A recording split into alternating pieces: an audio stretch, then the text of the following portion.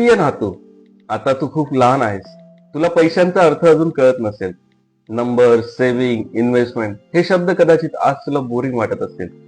पण आज हे पत्र पैशांबद्दल नाही, तर विचारांबद्दल आहे. पैसे कमावणं सगळे शिकवतील रे, पण पैसे समजून घेणं खूप थोडे लोक शिकवतील. लक्षात ठेव, पैसा म्हणजे पॉवर नाही, पैसा म्हणजे रिस्पॉन्सिबिलिटी आहे. तू मोठा झाल्यावर अर्न करशील, स्वप्न पूर्ण करशील आणि यशस्वी देखील होशील, याबद्दल मला शंका नाही. पण एक गोष्ट कायम लक्षात ठेव, अर्न करण्यापेक्षा प्लॅन करणं जास्त महत्वाचं असतं. जेव्हा तुला पहिली सॅलरी मिळेल ना, तर सगळं सगळं खर्च करावंसं वाटेल. पण सेव्हिंग ही हॅबिट आहे, याची कायम सवय करून घे.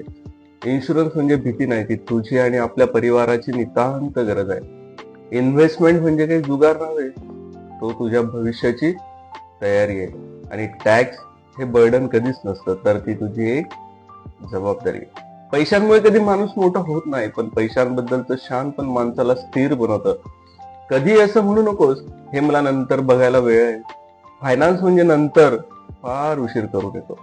आज जे शिकलास ते उद्याला तुझं प्रोटेक्शन बनेल.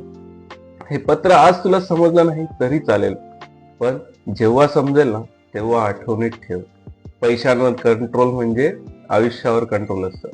काळजी घे रे बेटा. तुझाच आजोबा, एक chartered accountant. Thanks for watching.